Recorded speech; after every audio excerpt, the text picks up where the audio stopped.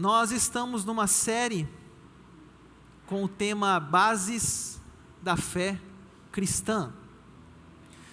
Estamos falando aqui de assuntos importantes para um cristão, para eu e para você e para mim, para todos nós.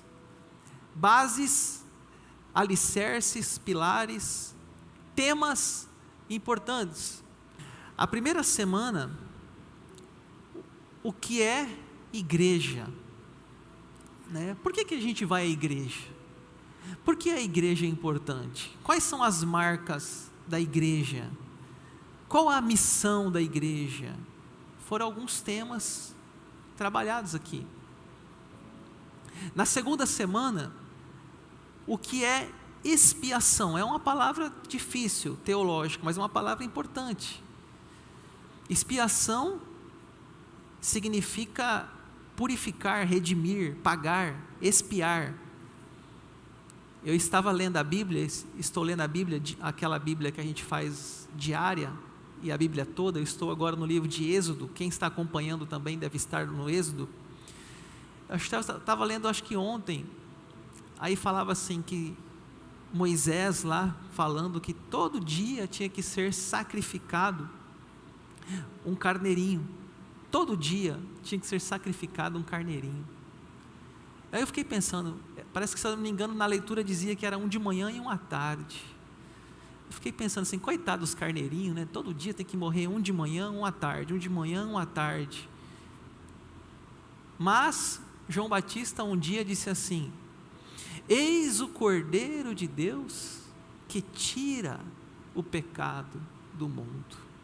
Então, devido à morte de Jesus na cruz, os carneirinhos não precisam mais ser mortos.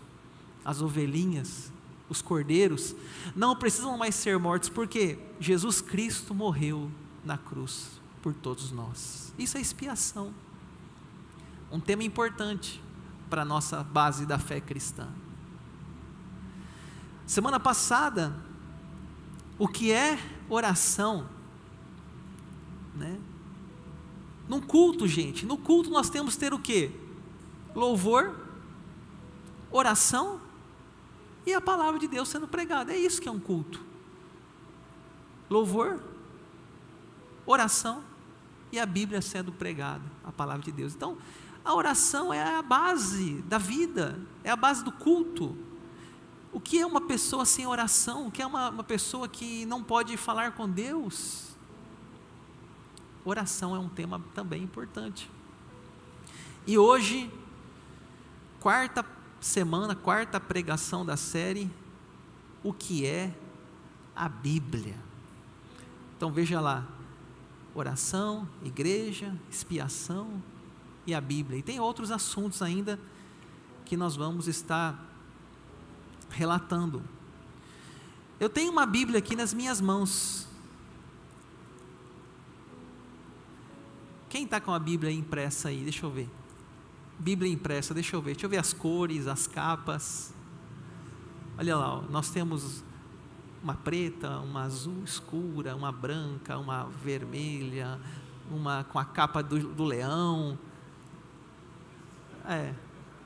Celular, pode também. A Bíblia está nas nossas mãos, está no nosso celular, está no nosso coração, né? Um dia no acampamento, o pastor falou assim: vamos abrir a Bíblia. Aí a pessoa falou assim: pastor, eu esqueci a Bíblia. Aí o pastor falou assim: como você esquece a Bíblia no acampamento? Aí ele falou assim: guardei a tua palavra no meu coração.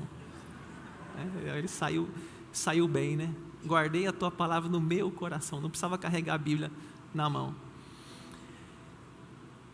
Hoje nós temos a Bíblia de várias cores, vários tamanhos, maiores, aquelas tem um zíper assim, aquelas, lembra umas Bíblias, acho que não tem mais isso hoje, mas antigamente era que tinha um zíper assim.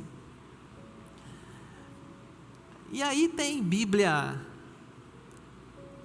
azul, capa tal. Hoje tem umas Bíblias modernas, você vai na livraria sem a Bíblia com aquele leão na frente, até nem parece Bíblia, parece uma obra de arte, a capa, não é aquela capa preta.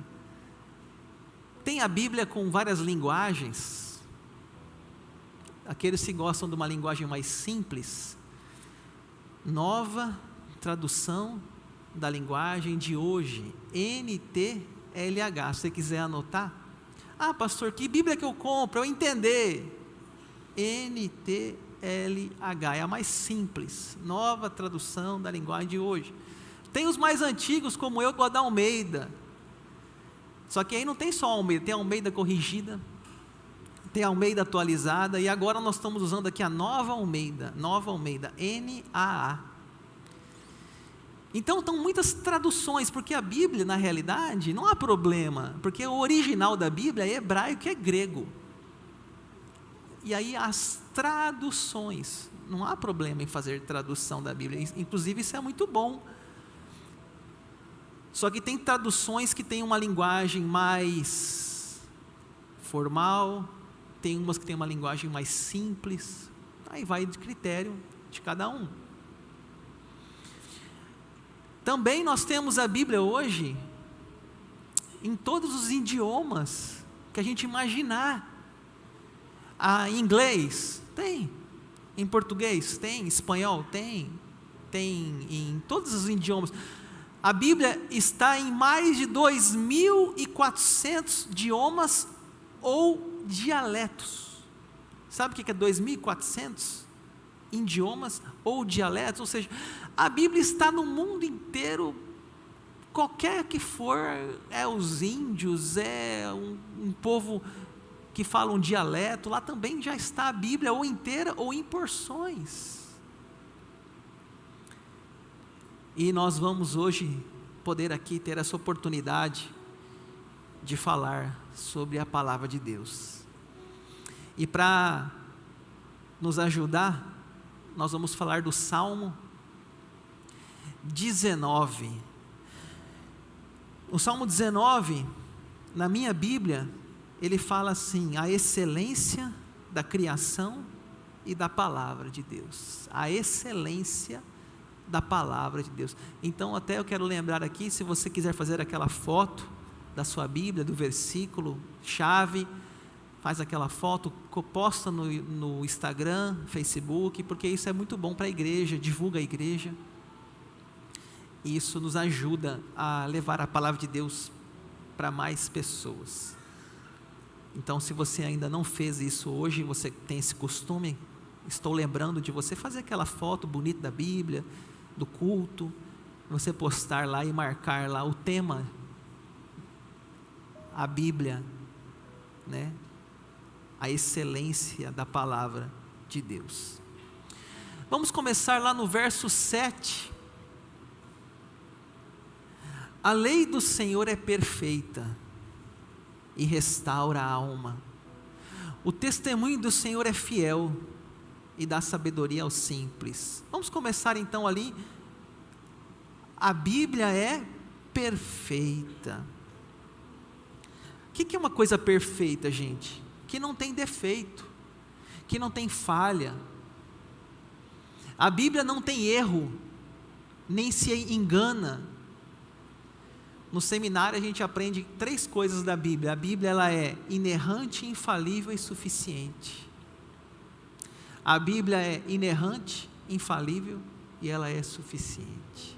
Ela não tem erro, ela não tem falhas e ela é suficiente. Não preciso de revelações, não preciso de sonhos, não preciso de profetas, eu preciso somente da Bíblia. Ela é suficiente para a sua igreja, para a igreja do Senhor.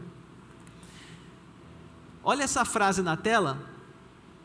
A Bíblia é a voz de Deus em linguagem humana. A Bíblia foi escrita por cerca de 40 pessoas, escute bem. A Bíblia foi escrita por cerca de 40 pessoas, 40. E essas 40 pessoas estão em culturas diferentes, em tempos diferentes, e não há uma contradição. Se você já leu a Bíblia, de Gênesis a Apocalipse, você vai ver que Gênesis está ligado com Apocalipse. O primeiro livro está ligado com o último. No livro de Apocalipse fala de coisas que o Gênesis relata. É fantástico. 40 pessoas usadas por Deus que registraram, e ali está tudo que a igreja cristã precisa para se governar, para se o ensino, a correção, a admoestação, tudo está na Bíblia Sagrada.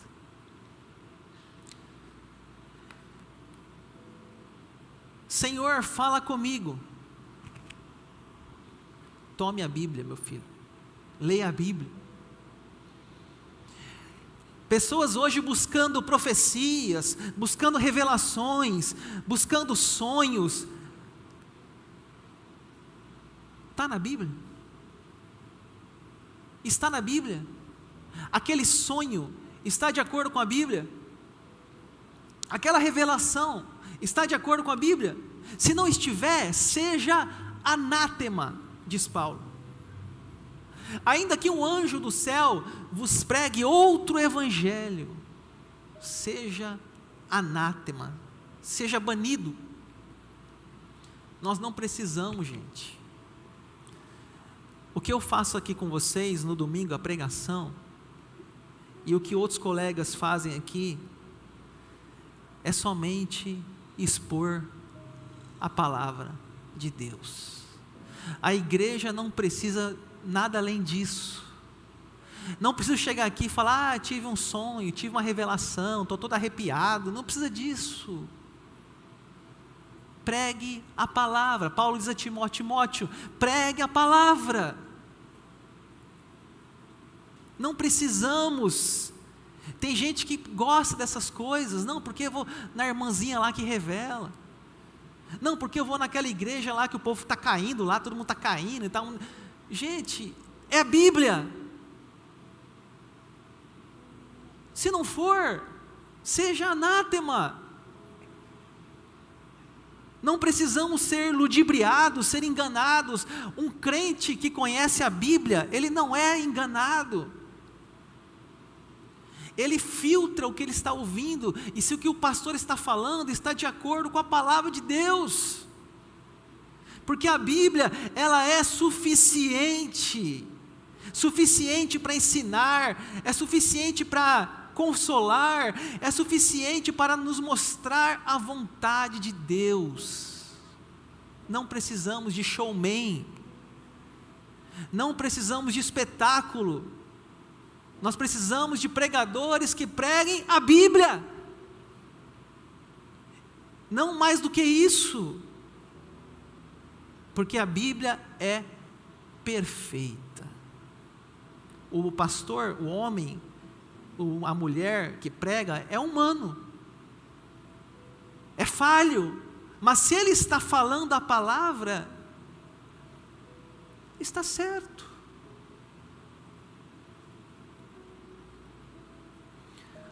A lei do Senhor é perfeita e restaura a alma, restaura a alma. As pessoas estão doentes, a depressão, a ansiedade, o suicídio, pessoas estão doentes da alma, enfermos, não é uma enfermidade no corpo, mas é na mente. Mas a palavra de Deus, ela faz o que? Ela restaura a alma. Jesus disse, vinde a mim, todos que estão cansados, e todos que estão sobrecarregados, vinde a mim. Quantos nesse momento agora estão num leito de morte, estão num leito do hospital, e eles estão ali dizendo, o Senhor é meu pastor, e nada me faltará, e ele só sabe o Salmo 23, não sabe mais nada, mas ele está ali recitando a Bíblia, porque a Bíblia restaura a alma. ela conforta os corações.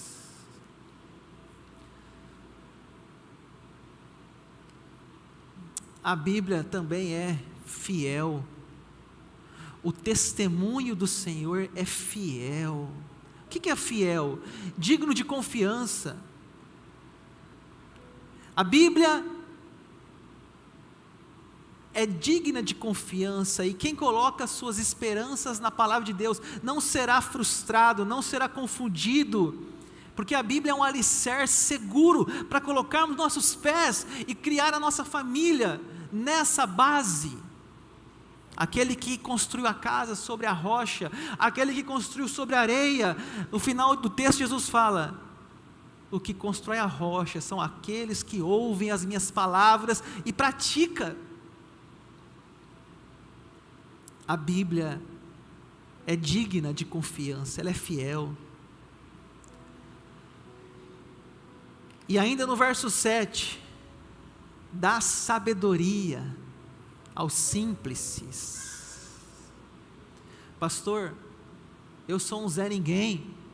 Pastor, eu sou um pobre. Pastor, eu não sei nada. Você conhece a Bíblia? Conheço. Então você é muito rico, rico de sabedoria divina. Há muitos pobres ricos e há muitos ricos pobres. A gente avalia a riqueza por a quantidade de bens que alguém possui, mas Jesus falou: louco, louco, essa noite pedirão a sua alma. Não podemos mensurar se alguém é sábio ou se alguém é tolo pelo nível de conhecimento que ele tem, ou se ele tem muitos bens, ou se ele tem uma grande empresa. Não, a sabedoria não é colocada por esses únicos motivos, mas a sabedoria é aquele que reconhece que tudo que ele tem e tudo que ele é vem pela graça de Deus na vida dele. Se não for pela graça de Deus, nós somos seres limitados, seres frágeis, seres humanos.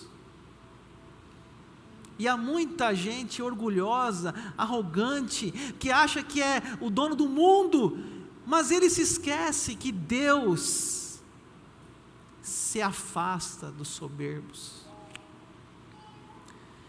E a sabedoria está sendo dada como um banquete. Livro de Provérbios, olha o banquete, leia a Bíblia. Há pessoas de cabelo branco que poderiam ser tão sábios, mas são tolos. Por quê? Porque não creem em Deus, são ateus muitas vezes. E há jovens que são ainda tão imaturos, mas por eles terem o temor da palavra de Deus, Deus os faz sábios. E a Bíblia diz que a loucura do mundo é a sabedoria de Deus, e a sabedoria do mundo é loucura para Deus. Deus inverte. Então não podemos avaliar a sabedoria apenas pelos cabelos brancos, mas por ser temente a palavra de Deus. Honra teu pai e a tua mãe, para que os teus dias na terra se prolonguem. Se um adolescente, se um jovem, mesmo imaturo, mas ele lê aquilo, e ele obedece, ele vai ser abençoado. Vai ser abençoado, porque a palavra de Deus é uma fonte de sabedoria. E ela dá sabedoria aos simples. Versículo 8. Os preceitos do Senhor são retos. Eu coloquei na tela, a Bíblia é correta. A Bíblia não está preocupada com a audiência não. Ai, eu li a Bíblia aqui, eu não gostei, problema seu. A Bíblia não está preocupada se vai ganhar ou perder seguidores. A Bíblia fala o que tem que ser dito. Gostou ou não gostou? Ela é correta. Ela é reta. A Bíblia vai dizer para nós muitas vezes coisas que nós não queremos fazer.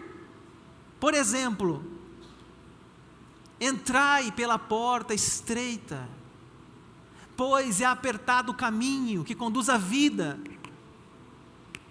Ah, não gostei, pastor, dessa passagem. Meu amigo, A Bíblia não foi escrita para afagar o seu ego, massagear. Não, a Bíblia foi escrita para nos dizer o que é certo e o que é errado. E goste ou não goste. A Bíblia, ela nos alerta dos perigos de uma vida no pecado. A Bíblia nos mostra que os cemitérios, as cadeias, os hospitais estão cheias de pessoas rebeldes à palavra de Deus. As cadeias, os hospitais e os cemitérios estão cheios de pessoas que zombaram da palavra de Deus. Zombaram.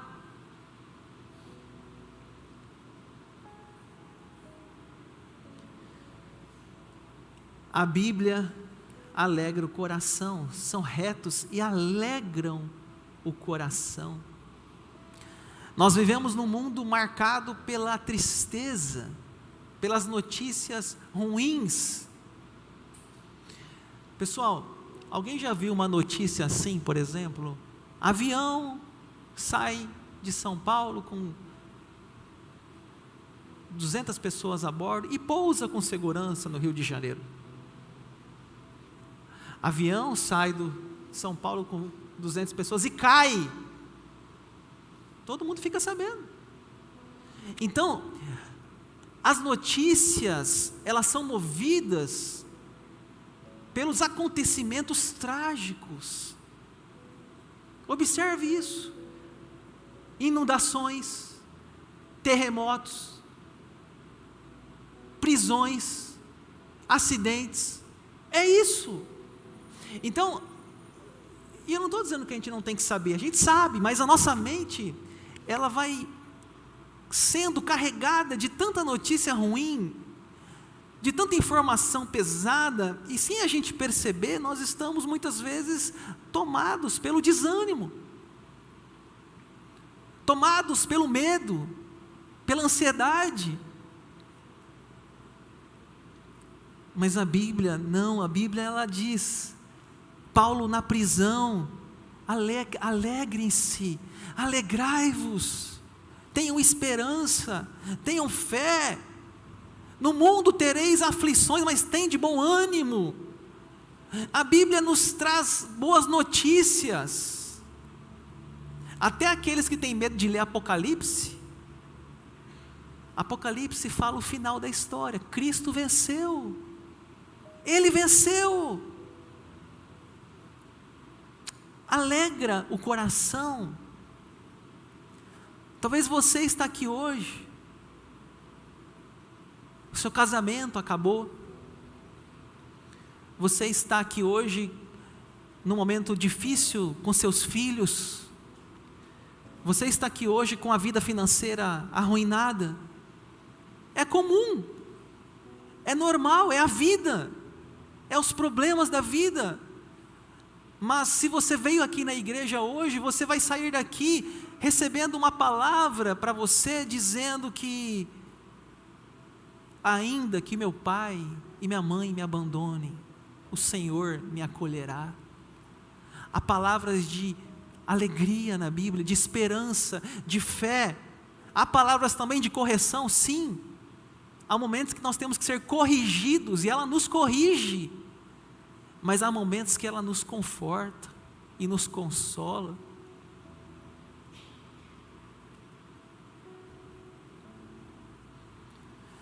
A Bíblia é pura, o mandamento do Senhor é puro. Verso 8: como poderá o jovem guardar puro o seu caminho? Observando a tua palavra. Nós vivemos numa sociedade contaminada pela lascívia, pela promiscuidade. TikTok, tomada por rebolation.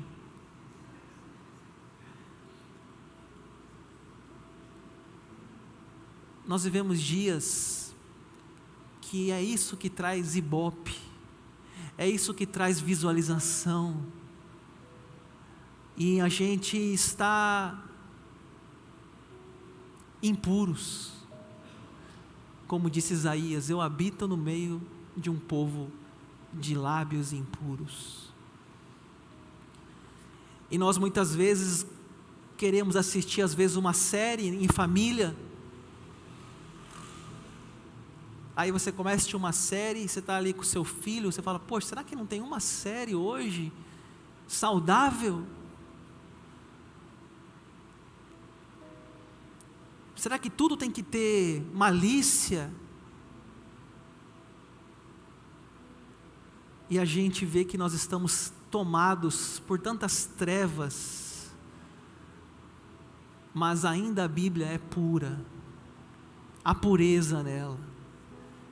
E por mais que o ser humano seja tão corrompido, há nele um desejo de purificar-se, porque ele sabe no fundo do coração dele que Deus o fez para ser puro e não para ser sujo. Deus o fez para ser limpo, porque ele é uma imagem e semelhança de Deus. A Bíblia ilumina os olhos. Eu sei que muitos pecados são cometidos são por ignorância. Muitos pecados são cometidos, seja avareza, seja luxúria, seja aqueles mais pecados conhecidos, são pecados de ignorância, porque os olhos estão fechados e as pessoas não percebem que aquilo ali é ruim para a sua vida. Mas quando a Bíblia chega, os olhos são iluminados, as escamas caem e agora a pessoa começa a ver a luz. Lâmpada para os meus pés é a tua palavra, e luz para o meu caminho. Salmo 119, 105. Vamos falar juntos esse salmo?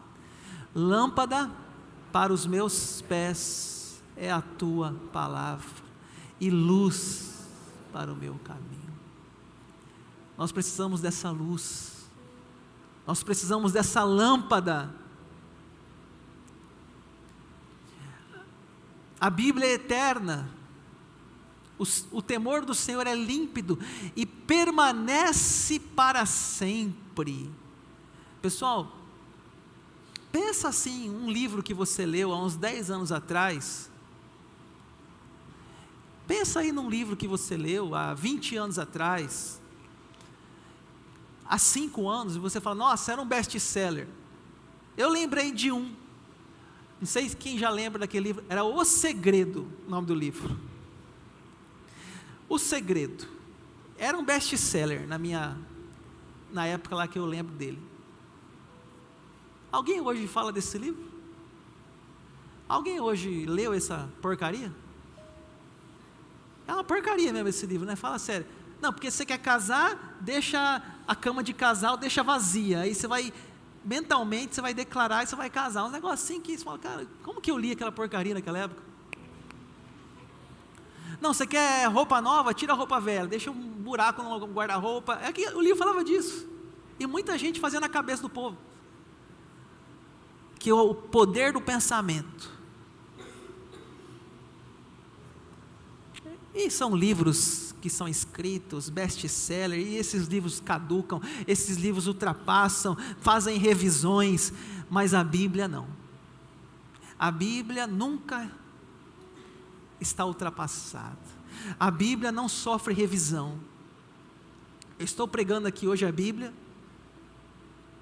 eu vou morrer, a outra geração vai continuar pregando a mesma Bíblia, e aí vai vir a outra geração, e a outra geração pregando a mesma Bíblia, e a mesma Bíblia que foi pregada lá por Martim Lutero, e assim ela não sofre revisão, ela não caduca, ela não fica ultrapassada, ela é a mesma palavra de Deus para sempre. E ai daqueles, diz Apocalipse, que acrescentarem ou tirarem alguma coisa dela. Ai daqueles.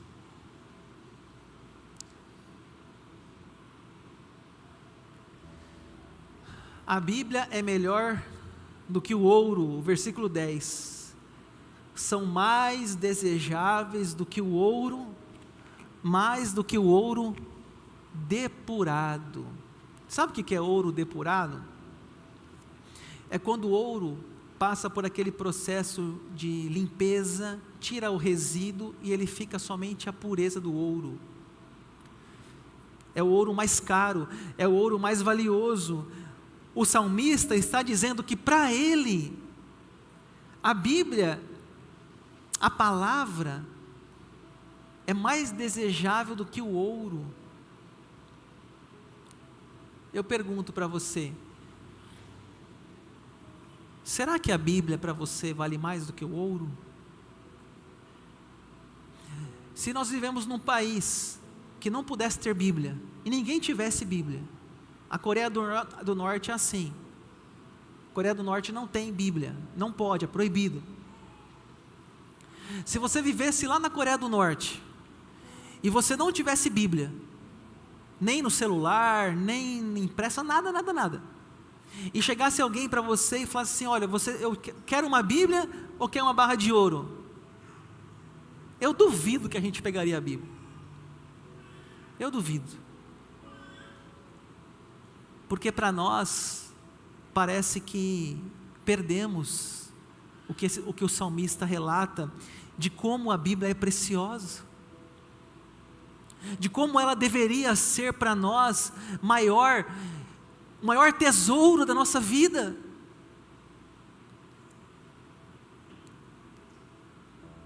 A Bíblia deveria ser para nós de um valor tão especial, que nós pudéssemos ler todo dia ela, e meditar nas suas palavras diariamente.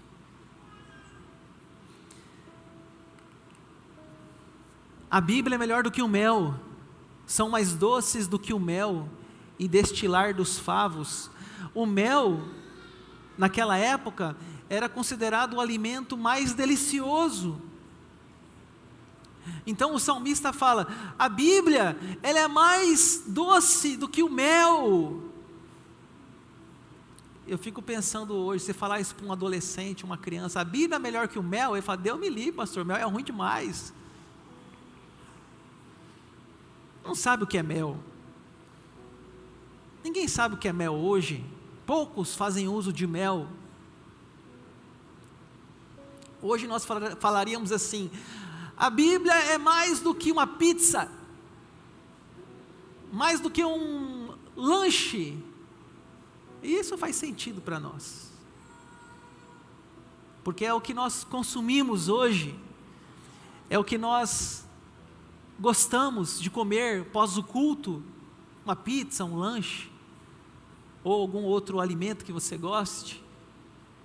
O que o salmista está dizendo aqui para ele, a palavra de Deus é mais saborosa e mais nutritiva de que qualquer coisa na vida, do que o mel.